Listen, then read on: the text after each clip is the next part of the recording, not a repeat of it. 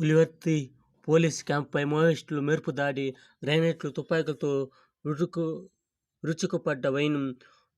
సుక్మా జిల్లా జోగుకొండ police station పరిధిలో ఘటన.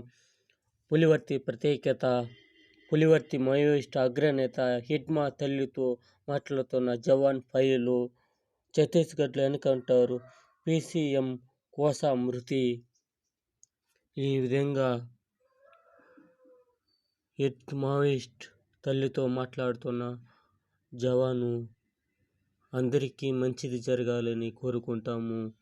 ఎవరి బాధ ఎవరికి తెలిసినట్టు ఉంది. ఈ విధంగా అందరూ హింసాత్మక ఘటనకు పోకుండా అందరూ మంచిగా మెలగాలని కోరుకుంటాము.